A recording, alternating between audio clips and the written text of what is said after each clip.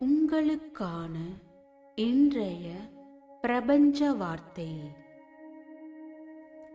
எவ்வளவுதான் இக்கட்டான சூழ்நிலை என்றாலும் கூட மகிழ்ச்சியான உணர்விலேயே நம்மை நிலை நிறுத்தி பழகிக்கொள்ள வேண்டும்.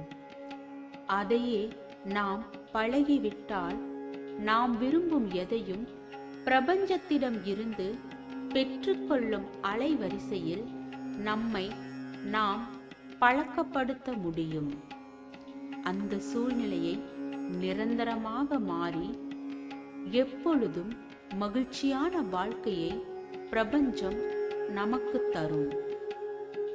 நாம் சிறு கவலையில் இருந்தால் கூட அந்த சுழற்சியில் மாட்டிக்கொண்டு பல கவலையான சூழ்நிலையை கவர்ந்து இழுத்து கொள்வோம்.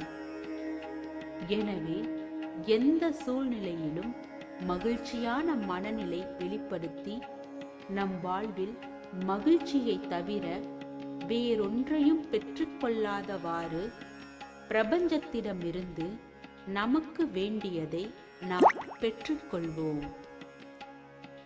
வாழ்க வளமுடன்.